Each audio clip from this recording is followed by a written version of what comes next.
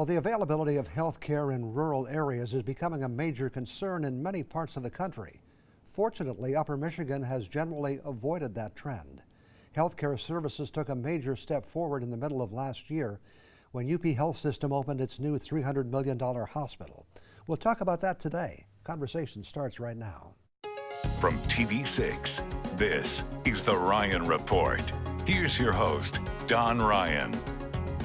Well, as a regional referral center, UP Health System Marquette, its doctors and staff deal with life-saving healthcare issues every day.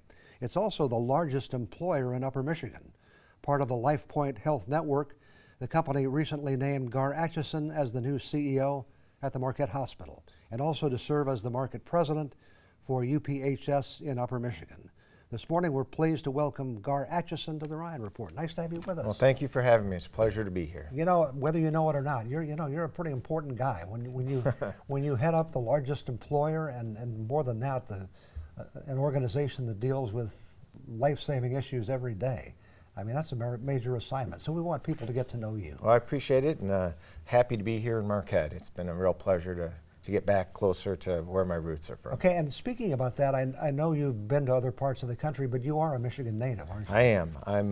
Grew up in Petoskey, Michigan, just south of the bridge. Right. I was in the habit of saying I grew up in northern Michigan, but I've been reminded that I'm in northern lower Michigan. Yeah, so. right. And I know part of your schooling actually took part in Upper Michigan. Yep, I got my MBA at Lake State in Sault Ste. Marie. Okay. Did you go to college with the idea of getting into healthcare? Actually, I did not. I got my undergraduate degree at the University of North Dakota in financial management, and kind of had anticipated working in the finance area. Moved back to Petoskey, and it was one of those things, needed to take a job, and I took my first job doing cost accounting in the hospital there in Petoskey. So that's where your healthcare career actually started? Yes, sir. And we won't go through all the jobs since then, because I know you've been in healthcare for like 30 years. Mm-hmm. But what was your most recent assignment before coming here? Yeah, so right before I came here, I was the CEO of Fry Regional Medical Center in Hickory, North Carolina, another Duke LifePoint facility. I was the COO there 4 years ago when LifePoint acquired the facility, and stayed on as CEO until this opportunity opened up. And I understand you wanted to come to Marquette. I did. I've been watching this hospital for several years, wanting to return back to northern Michigan. And I called the company the day Brian's email went out saying I would like to be considered. I made 2 requests of my employers: please let me go to Marquette, and please don't make me move in the winter. and they got 2 of them right. They got 1 or 2 right. Okay. You know, what attracted you to Marquette? Is it the hospital, the area, a combination? It's a combination of both. You know, I love the northern part of Michigan, the Upper Peninsula, northern lower Michigan. Like to do outdoor things. Been snow biking, fat tire biking since I've got here, and my wife and I have been out snowshoeing, and just a chance to get back where more of an active community like this, where people just enjoy the outdoors. As far as a work opportunity, I think this is the best, and I said this before, of the 88 hospitals in LifePoint. I'm convinced this is the best opportunity in the entire company, and I really wanted it. That's outstanding. You know, taking over an operation that's this large has to be somewhat challenging, or I would think it would be. How do you come in and get acquainted and familiar with all you have to get to know? Yeah, it is a challenge. I think there's around 2,500 employees in the health system, in the Marquette part of the health system. Plus, I have Portage and Bell to get to know as well. I'm just trying to get to know people the good old-fashioned way. I sit in the cafeteria with staff and walk around the facility. I've spent time behind the red lines in scrubs in the OR, and shadowed a charge nurse in the ED one Friday morning, just trying to get a feel for the operations and the people that work there. Obviously, an important thing must be the management team and something this large. Have you had a chance to get well familiar with that group? Yeah, I think pretty well familiar. We do have a daily safety brief every morning with the entire management team. So I've certainly gotten to know them pretty well. Hope to get to know them better. As the guy coming in, do you get a chance to reshape that team? If if it doesn't seem perfect in your eyes? I do. You know, obviously, I would have the opportunity to build the team, but I look forward to working with the team we have, and maybe just focusing on how I like to do things rather than thinking about different people. Right. And part of that has to be chemistry, right? I mean, people do have chemistry that has to work together.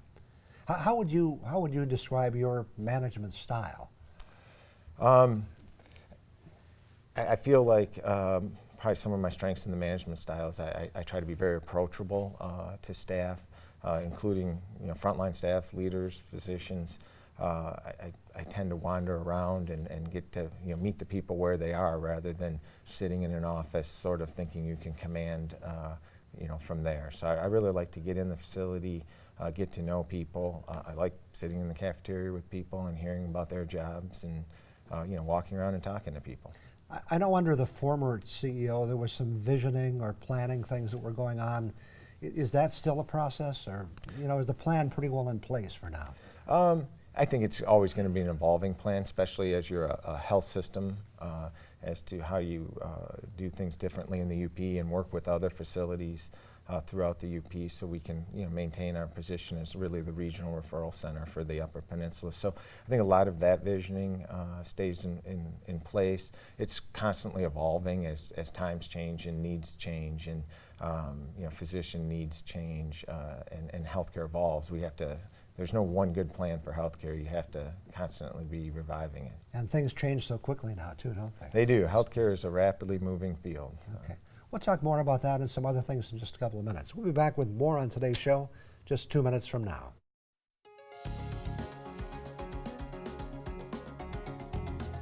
We're talking to Gar Acheson. He has recently been appointed as the new CEO at UP Health System Marquette. You were also named as the market CEO, which means you have a relationship with Bell Hospital and Portage. Have you had a chance to get to meet with them yet, or get to know them? Yeah, not Portage yet. I think I have that next week. I'm heading over to Portage. I certainly have spoken a lot to Ryan, the CEO over there right now. Bell, I have been there. I'm actually heading there for lunch with some of the physician and staff after we finish up here. Okay. And I toured the facility in December, went to their Christmas party at the bowling alley in Ishpeming with the staff, and so great, beautiful facility over there. Do you think there are perhaps more opportunities for the hospitals to work together in the interest of the patients? Oh, I think there absolutely is, and that would go for hospitals that are in the UP Health System and work better with hospitals that aren't part of the UP Health System, and how we can work together looking at sharing services or areas of expertise that we might have that doesn't exist in another facility, and how we can help them shore up some of their offerings. We do have specialists from the UP Health System Marquette that do travel to some of the other non-UP Health System hospitals and to some of the UP Health System hospitals. Let's talk a little more about that, because you are a regional referral center, I guess is the correct terminology, which the government uses, which means they do send patients to you who need special treatment. Do you think more can be done to build that relationship with other hospitals? Oh, I absolutely do. I think part of it is consistent availability of specialists that have the capability of accepting more referrals. We run a transfer center, the one-call system, where the other hospitals throughout the UP can make one call and transfer patients to the hospital. We transfer somewhere in between 300 and 350 patients from other UP hospitals a month, so it's a fairly robust transfer system. You also have a level 2 trauma center, which I know plays an important role, including now with the opportunity to bring people in on helicopters and provide emergency services. Yeah, actually, it's really neat seeing a helicopter come in. It's my last facility was a regional referral center, but we didn't have a helicopter, so yesterday, literally one was landing right outside my office, and I had to stop what I was doing and take a picture of it. Right, that's impressive. Let's talk about the new hospital. I'm just curious to know, when you bring a whole new facility like that online, does it have to have kind of a break-in period? Oh, absolutely. break-in period for the facility. Right. And I wasn't there through a lot of the hard work Right. that the staff and the directors and the management team there did of getting to learn how to flow patients through a new facility, because it is so different.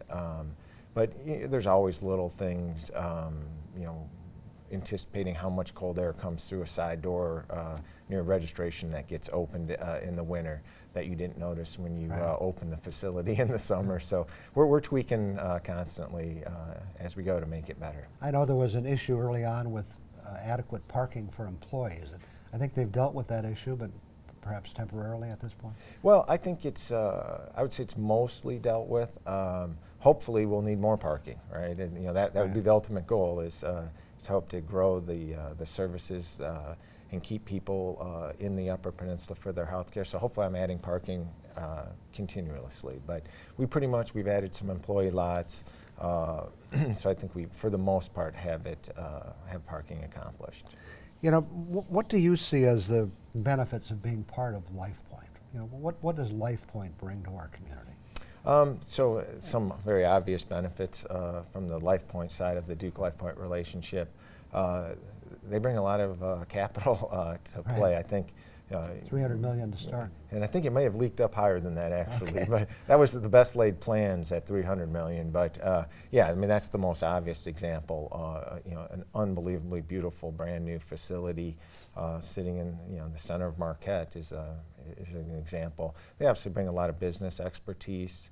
Healthcare is a hard industry. It's ever changing. So both our partners at Duke and LifePoint do an awful lot sort of behind the scenes, helping us with quality initiatives and patient safety initiatives, and just basically improving the way that we operate the facility for our patients. And you mentioned it, but this was acquired as a Duke LifePoint. Is Duke is still involved? Yes, sir. Yep. Okay. And what unique benefits does that bring? So I did come from a North Carolina Duke LifePoint facility. Okay. So I have this one I can speak of with some expertise, because nothing else so far I have been able to do. But the working with Duke is very beneficial to the hospital. They avail really industry leaders in quality and safety. They're available to us at all times. They come. Our Duke patient safety officer was just here this week, Elaine Long. I think she left this morning. She comes monthly from Duke to help us with patient safety and quality initiatives. If we have a need for a CME lecture on a particular topic for physicians, Duke is happy to come help. It's almost endless around the quality and safety that we can get by tapping into Duke as one of the world's leaders in that field. Okay. We've reached that point when we have to take another break. Okay. I'll be back with more conversation and more questions in just a couple of minutes.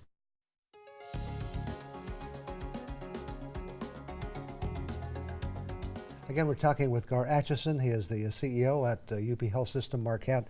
Your hospital specializes in things like heart, I know, and cancer, and I think the Brain and Spine Center, and some other areas. Are there opportunities for growth, not in those specialties, but to get involved in other specialties?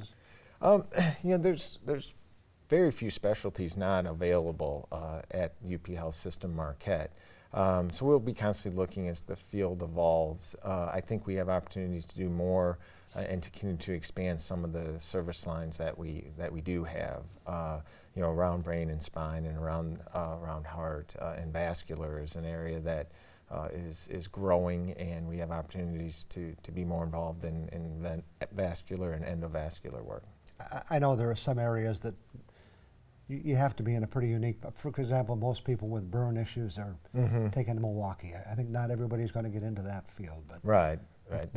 But there are other opportunities for.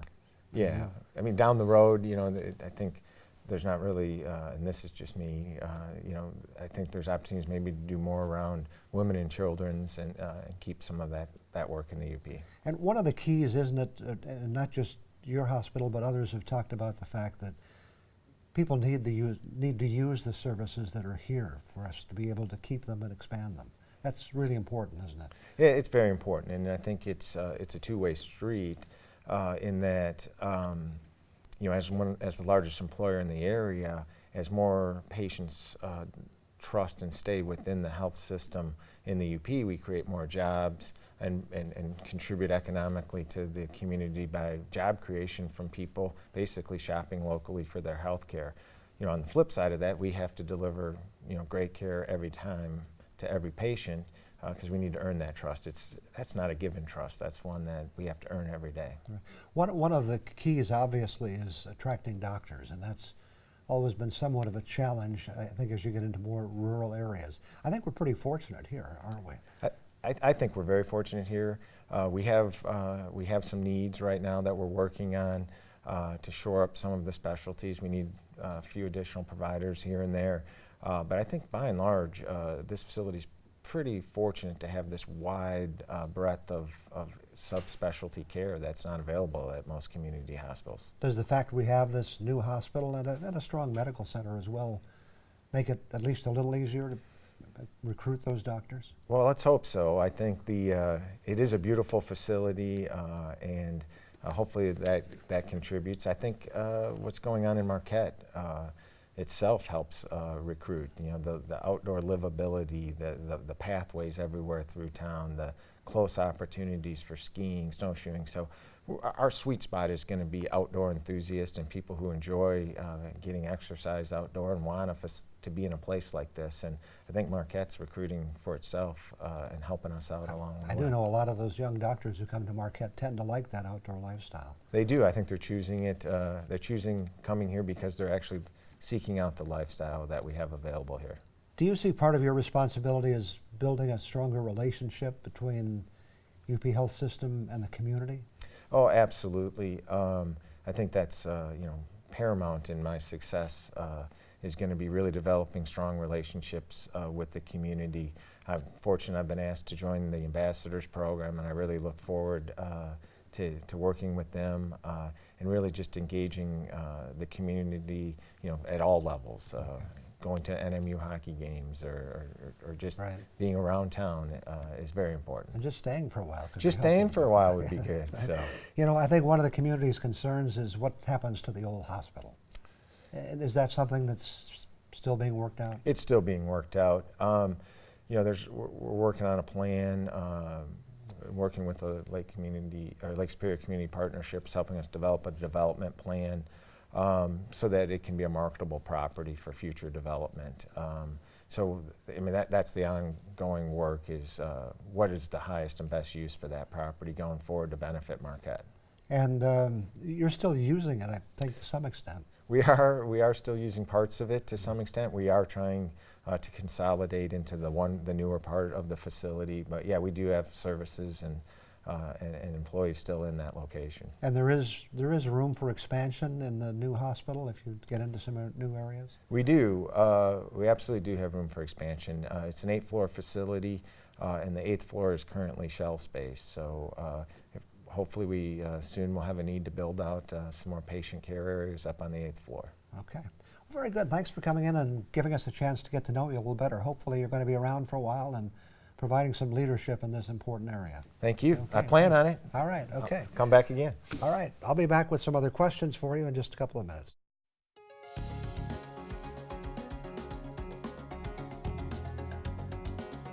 You know, I was planning to write something this week about technology and how it's taking over our world. But then the news from Major League Baseball forced its way into the headlines with a technology story of its own. You know, baseball and technology are rarely referred to in the same sentence. While Major League Baseball has embraced some new technologies, of all the sports, it seems to be the one most rooted in the past and the slowest to change. Maybe that's good, maybe not. It depends on your point of view. In any case, the story I'm referring to is more about cheating, but the modern use of modern technology is part of it. If you haven't been paying attention, I'm referring to the scandal involving the Houston Astros. And leave it to baseball to come up with a scheme that involved a wedding of high tech and about the lowest tech you could dream up. According to reports, the Astros used a camera fixed on the catcher's signs. That information was transmitted to the dugout, and here's where it got really low tech. The information was then relayed to the batter at the plate by banging on garbage cans. Now at this point, if you're not a baseball fan, and even if you are, you may be asking yourself, is this really a big deal? I think it is. First, if you're a batter, it makes a big difference if you know the pitcher's going to throw you a fastball, or a breaking pitch.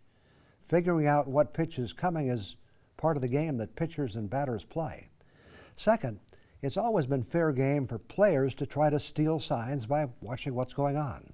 What made this illegal was the use of the camera and video feed in a scheme that was approved at some level by team management. And it's certainly a big deal for the people involved. 3 major league managers have lost their jobs, and that is big news. These guys make $1 million a year or more. Carlos Beltran of the New York Mets was just about to start his first job as a major league manager. He hadn't managed a game yet. The other 2, A.J. Hinch of the Astros and Alex Cora of the Red Sox, both have World Series titles on their record and undoubtedly plan to have a long career ahead of them. That may not be in the cards any longer. You know, all 3 of those managers were with the Astros in some capacity in 2017. So what's the moral of the story? Some might say if you're going to cheat, don't get caught. But we all recall what we learned as kids. Cheaters never win. And even if they do, they will pay a price someday. I think a better moral to the story might be beware. Technology has opened up whole new fields of spying and snooping and eavesdropping. And while it may be tempting to use those things to further your own cause, and in some cases it may be okay, in the world of sports it's only fair if it's there for everyone using it to gain an advantage over a team that's not aware of it. Is really not what sports is all about. I'll be back in a minute. Before we wrap it up this morning, a reminder you can get the latest news anytime at uppermichigansource.com. You can also see a rebroadcast of current and past episodes of this show at that same address. Thanks to Gar Atchison for joining us this morning to give us an opportunity to get to know the new CEO at UPHS Marquette. And we're glad you could be here. Let's get together again next Sunday morning.